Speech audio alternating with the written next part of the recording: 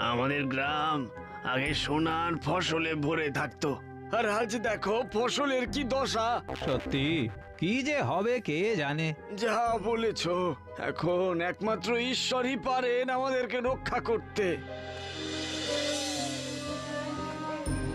কিন্তু এ কি হলো? এই সবুজ রঙের মধ্যে হঠাৎ কালো মেঘ দেখা যাচ্ছে কেন? এই বলছি কি কাকা, দুপুরের মেনুতে পান্তা ভাত, তাই বুঝি মাথায় হাত? পান্তা ভাত জুটলেও তো ভালো হতো।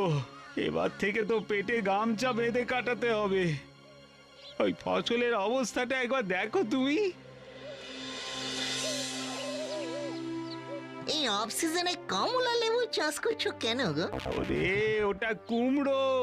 সব ফসলই এমন ছোট ছোট ফলছে, একবার ঘুরে দেখেই এসো না।